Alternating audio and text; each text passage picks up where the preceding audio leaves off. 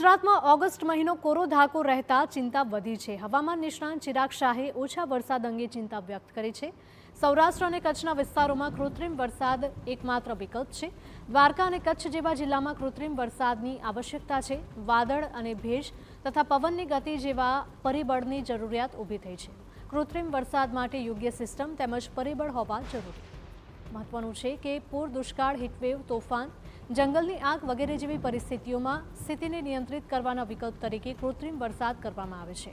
જ્યારે વાતાવરણમાં કુદરતી રીતે બનેલા વાદળો વરસાદનું કારણ બને છે ત્યારે તેને કુદરતી વરસાદ કહેવામાં આવે છે, પરંતુ ઘણી વખત એવું બને છે કે વાદળો બને છે અને તેમની અંદરની કેટલીક અધૂરી પ્રક્રિયાઓને કારણે વરસાદ નથી વરસતો અથવા તો પડે તો પણ વાદળોમાં જ રહી જાય છે અને પૃથ્વી સુધી પહોંચતો નથી। તેથી એક વિશેષ ટેકનિક હેઠળ વાદળોમાં વરસાદના બીજ નાખીને વરસાદ લાવવામાં આવે ત્યારે તેને કૃત્રિમ વરસાદ કહેવામાં આવે છે અને આ ટેકનિકનું નામ ક્લાઉડ સીડિંગ છે।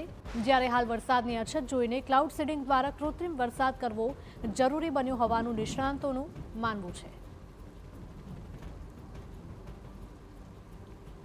8% કે 10% કે 12% જેટલો વરસાદ આપણે 3 કે 4 દિવસો પાડી શકીએ છીએ।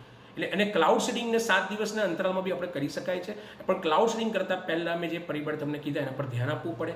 તો આપણે કૃત્રિમ વરસાદ ડેફિનેટલી આપણે ગુજરાતમાં કરી શકીએ અને કરવો જોઈએ।